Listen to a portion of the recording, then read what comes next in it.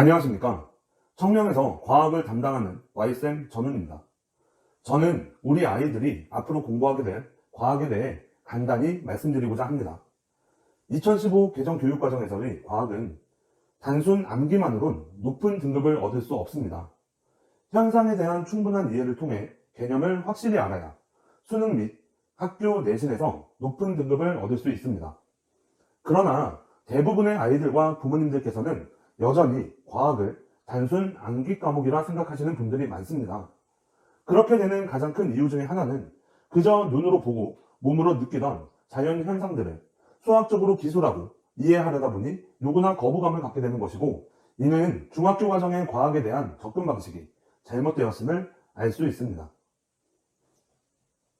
먼저 현재 우리나라 교육과정의 과학을 간단히 요약하면, 초등학생 때는 주변 자연 현상에 대한 소개를 해주며 중학생 때 자연 현상을 수학에 접목시키는 방법을 배우게 됩니다. 그리고 고등학생이 되면 자연 현상을 수학적으로 이해시키려 합니다. 예를 들어 뉴턴의 만유인력으로 이야기해 보겠습니다. 초등학생 아이들도 뉴턴의 만유인력 법칙이란 것에 대해 배웁니다.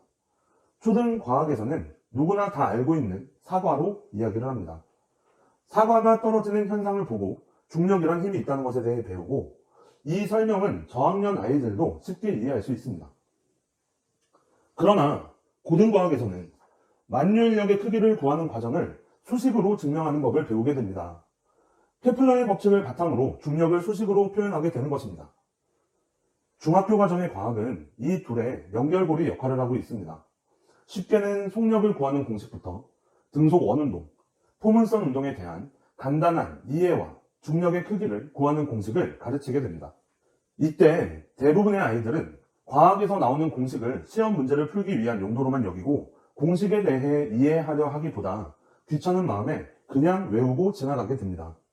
그렇게 이해란 과정이 없는 중학교 과정의 과학은 아이들에게 단순 암기 과목이 되어버리고, 단순 암기한 내용들은 쉽게 머릿속에서 지워집니다. 이 상태로 고등과정 과학을 접하면서 많은 아이들이 과학을 포기하게 됩니다. 단순 암기만을 위한 과학 수업이 되지 않기 위해 청명에서는 다음과 같이 수업하고 있습니다. 먼저 청명에서는 과학을 영역별로 나누어 수업하고 있습니다. 지금 보시는 화면은 아이들이 중학교에 올라가서 배우게 될 과학 목차입니다. 이중 물리 영역의 역학과 관련된 단원을 살펴보면 중학교 1학년 1학기 때 여러 가지 힘에 대해 배우고, 3학년 1학기 때 운동과 에너지, 2학기 때 에너지 전환과 보존에 대해 배우게 됩니다. 매우 밀접한 연관이 있는 단원인데도 불구하고 이렇게 띄엄띄엄 배우다 보니 아이들에게 깊이 있게 수업하기가 어렵습니다. 그래서 저는 아이들에게 과학을 가르칠 때 영역별로 나누고 세분화하여 아이들에게 좀 더 깊이 있는 사고를 유도하고 개념에 대한 이해를 통해 흥미를 이끌어낼 수 있는 수업을 하고 있습니다. 이러한 수업은 다음과 같은 커리큘럼으로 진행됩니다. 먼저 내년에 중학교 1학년이 되는 아이들은 학교에 상관없이 모두 자유학년제로 인해 시험을 보지 않게 됩니다. 그 1학년 동안에 세페이드 1F 교재를 바탕으로 중등 과정의 물리, 화학을 한 번에 정리할 수 있도록 수업하고 있습니다. 이를 통해 과학에 대한 전반적인 이해와 흥미를 가질 수 있도록 할 것입니다. 수업은 영역별로 나누어 이루어지며 각 파트당 3개월 과정으로 1년간 수업을 통하여 중3 과정까지의 물리화학 내용을 정리합니다.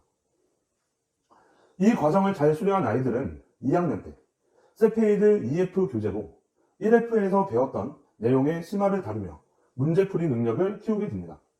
단 1학년 때와는 다르게 2학년 때부터는 학교에서 중간고사, 기말고사 같은 내신 시험이 치러집니다. 그래서 학기 중의 시험 기간에는 각 시험당 한 달 동안 시험 대비가 이루어지게 됩니다. 정리하면 2학년 동안에 중등 심화과정 8개월, 내신 대비 4개월, 알차게 1년을 보낼 시간을 갖도록 하여 뿌리부터 탄탄한 아이들로 만들겠습니다. 참, 부모님들께서는 세페이드란 교재가 익숙하시지 않겠네요. 혹시 하이탑이라고 들어보셨나요? 하이탑이 잘 만들어진 과학 교과서라면 세페이드는 영재고, 특목고를 준비를 하는 아이들의 교과서라 할 수 있는 INI의 새로운 모델입니다. 중등 과학을 영역별로 나누어 보다 깊은 이해를 통해 과학이 더 이상 암기 과목이 아닌 아이들의 흥미를 이끌어낼 수 있는, 동시에 과학을 공부하는 동기를 부여할 수 있는 교재입니다. 마지막으로 중학교 3학년 때에는 본격적인 이과 최상위권을 위한 고등성능을 나가게 됩니다. 중학교 마지막 남은 1년은 고등과학의 꽃이라 할 수 있는 물리학을 배우게 됩니다. 일단 물리, 화학, 생명과학, 지구과학 중에 물리학을 선택한 이유는 과학 전 영역에 있어 가장 근본적인 영역을 다루는 것이 바로 물리학이기 때문입니다. 물리학에 대한 개념이 바로 서면 기타 탐구 과목, 화학, 생명과학, 지구과학에 대한 전반적인 이해를 함에 있어 탁월한 능력을 가질 수 있습니다. 그러나 아마 물리를 한번 접해보신 부모님들께서는 걱정이 앞서실 겁니다.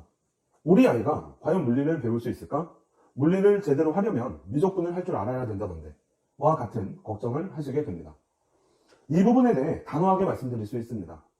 미적분을 이해하고 있다면 물리학의 개념을 이해하는 데 도움이 되기는 하지만 어디까지나 이해하는 데 도움이 되는 정도일 뿐입니다.